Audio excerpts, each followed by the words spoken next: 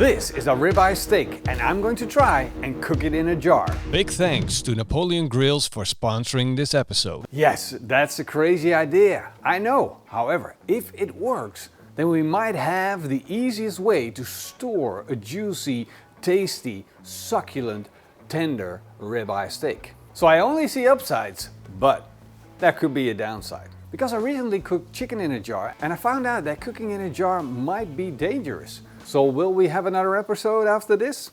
I don't know. First, let's take a look at the star of our show, this beautiful ribeye. And the reason that I like this ribeye is because it has a nice cap, there's only a little bit of silver skin, got a good amount of intramuscular fat, and that makes for a perfect steak. Then the second star of the show is this, a jar. It's a jar that I've used many times, even in hot circumstances. So I'm trusting this jar to help me cook the steak. Except I want to add flavor to the steak first before it goes in. And that's basically step one. For seasoning, I'll be using the PITMASTERX Texas seasoning.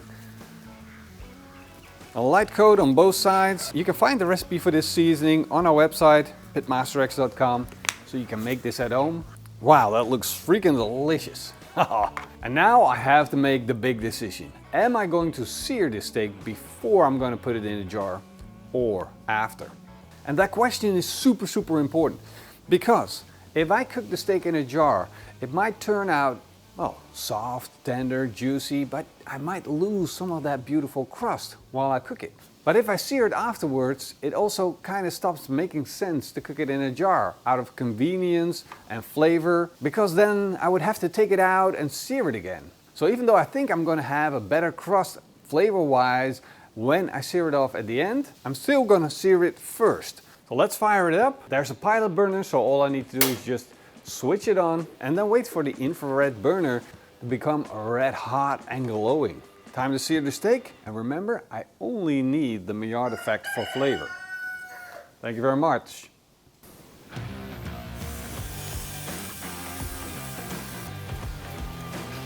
Starting to look good. Look at that, nice bit of char. Flip it around. And there it is, a seared steak. Not cooked yet, because that's what I want to do in this jar. But just like with strawberry jam, you don't just put the strawberries in a jar and hope they turn into something fantastic. No, you actually add ingredients to make the jam taste the way it does. So I called my friend the butcher and asked him for a couple of these things. These are the cow's bones, sawed in half, and in that bone sits the bone marrow. This is exactly what I need to make my ribeye taste even better. So again, I'm going to season these just with a little bit of the Texas seasoning. And that's basically salt, pepper, garlic powder, onion powder. I only put a little bit of seasoning on, so everything that goes into this jar is seasoned individually, but when they come together, they're going to be well balanced and not over seasoned. Now I'll be cooking on my Napoleon grill. I'm going to turn on all the burners and I'm going to place the bone marrow on the warming rack.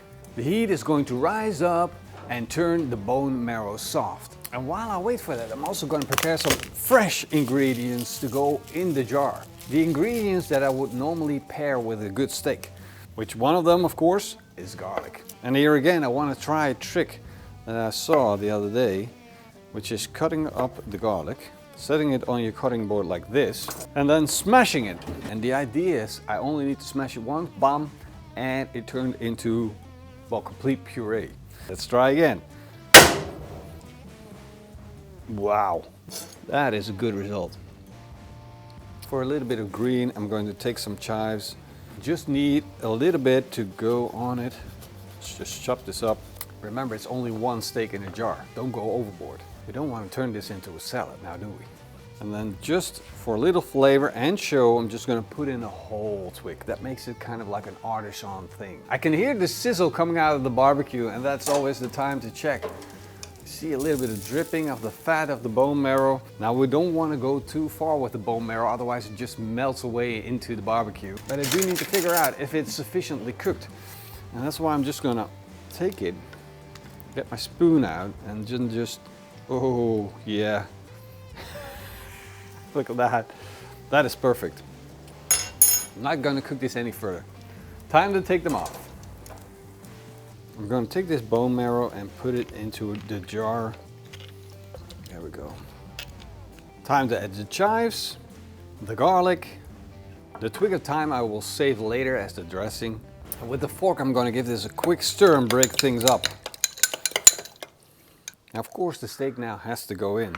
The question is, do you chop it up or leave it as it is? Personally, I just think I'm just going to leave it as is and try and wiggle it in. You know, how awesome would it be if you pull a whole steak out of a jar? People will be freaking amazed. It actually fits.